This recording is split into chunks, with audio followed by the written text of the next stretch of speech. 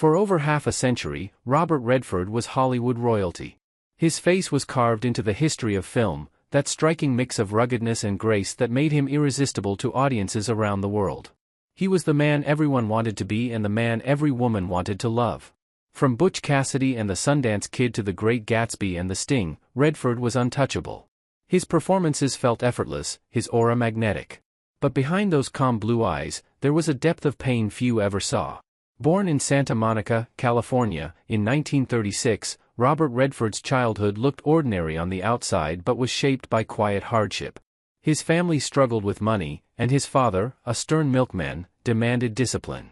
Redford often said he grew up watching people struggle with silence, a phrase that would later define his own life. He was bright but restless.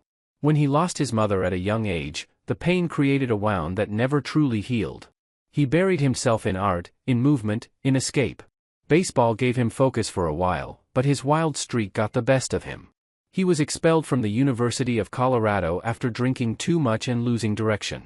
He left for Europe soon after, drifting through cities, trying to find meaning in a life that already felt heavy. That need to escape would follow him forever. By the time he returned to the US and discovered acting, Redford had already seen too much of life. Acting wasn't about fame for him, it was survival.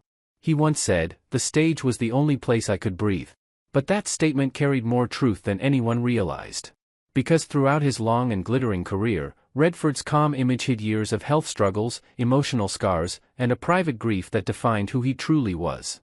When Butch Cassidy and the Sundance Kid made him a household name in 1969, Redford's star exploded overnight.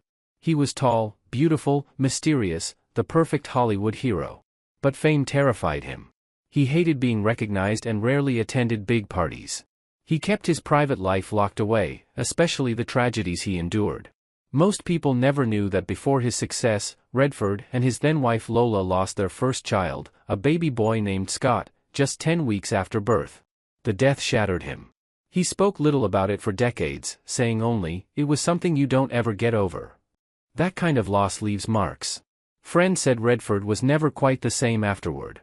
He threw himself into work, moving from one film to the next, often playing characters who were broken but too proud to show it. He didn't just play those roles, he lived them. His quiet suffering made his performances powerful, but it also consumed him privately. In the 1970s, Redford became more than an actor, he became a symbol.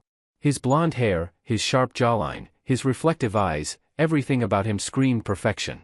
But behind that image was a man who had battled depression and anxiety for years. He refused to take medication, preferring solitude over therapy. He would vanish for weeks, retreating into the wilderness or hiding in his mountain home in Utah. People called him mysterious, but the truth was, he was running from the pain that fame only made worse. Then came the endless health issues that he kept secret.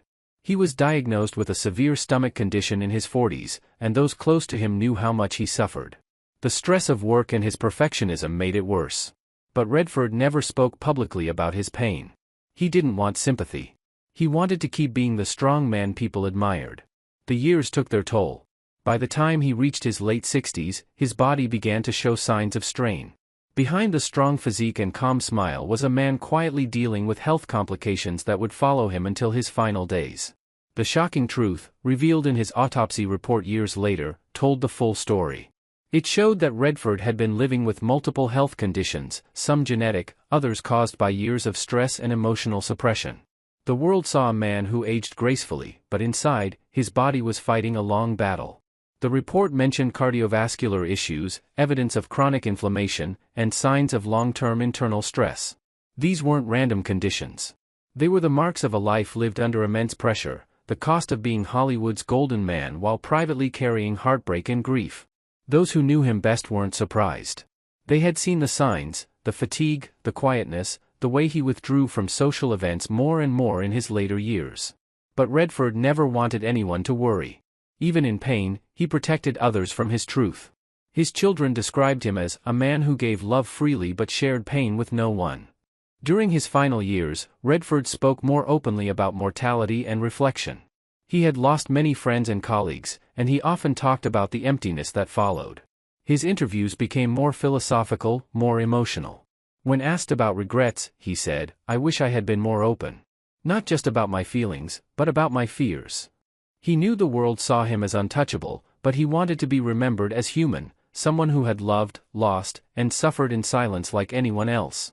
The autopsy findings shocked the world not because they revealed scandal, but because they exposed a deep human truth, that Robert Redford had been quietly suffering from multiple undiagnosed conditions that stemmed from years of emotional and physical stress. The actor who embodied strength had spent decades enduring pain that most never saw. The report pointed to advanced coronary artery disease and signs of chronic organ stress linked to anxiety and exhaustion. In simple terms, Redford's heart had carried too much, both literally and emotionally. Doctors said his condition had likely worsened due to years of suppressed emotion and mental strain. He had been strong for too long. This revelation stunned Hollywood. For decades, Redford had represented control, grace, and endurance. But now the truth showed that beneath all that composure was a man fighting invisible battles. His family later admitted that he had quietly battled fatigue, shortness of breath, and insomnia for years. He never wanted to stop working, but the toll on his body became impossible to ignore. His son, James Redford, once said, "My father never wanted to be seen as weak. He always thought strength meant silence." That statement would later break hearts, especially after learning what the autopsy revealed. Redford had endured heart-related complications far longer than anyone realized. But there was more, the emotional scars. The report was clinical, but the story behind it was personal. Those close to him believed the lifelong emotional trauma from losing his first child, his mother, and later his son James deeply affected his health. Redford outlived both his son and his parents, something that haunted him until the end. James's death in 2020, just before Robert's own decline, devastated him. He rarely spoke after that, retreating from public life completely. His family said that something inside him simply shut down. His spirit began fading before his body did. As time passed, he began reflecting on everything: his fame, his failures, his choices. In interviews, he spoke about the illusion of perfection in Hollywood.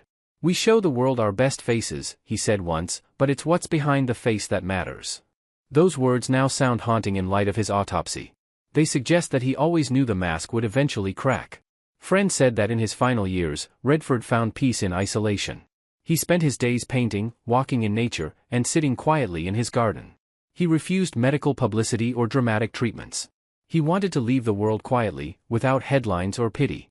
The autopsy revealed something else: he had been battling a mild form of cancer that he never disclosed publicly. He didn't want to be remembered as a patient. He wanted to be remembered as the artist, the dreamer, the man who gave the world beauty through pain. Those who saw him near the end said he looked peaceful, even serene. He had accepted his fate. He told a friend shortly before his passing, "I'm not afraid of death. I'm afraid of leaving words unsaid." When the news of his death broke, Hollywood mourned deeply. Actors, directors, and fans across generations spoke of him not just as a legend, but as a man of dignity and truth. Yet it was only after the autopsy was released that people fully understood what he had carried all those years. The man who built the Sundance Film Festival, who championed new filmmakers, and who stood for artistic integrity had done all of it while silently battling illness and grief. His life was a lesson in resilience, but also a warning about the dangers of silence. The report revealed a man who gave everything to his work, but perhaps too much. It showed a pattern of physical wear caused by emotional suppression, the kind of slow self-destruction that often hides behind calm smiles. His family later released a statement that captured the essence of who he was: "Our father believed in strength, but he also believed in truth. The truth is, he suffered quietly, and that silence became his burden." Even in death, Robert Redford taught the world something important: that perfection is an illusion, and that even the strongest hearts can break from the weight of unspoken pain.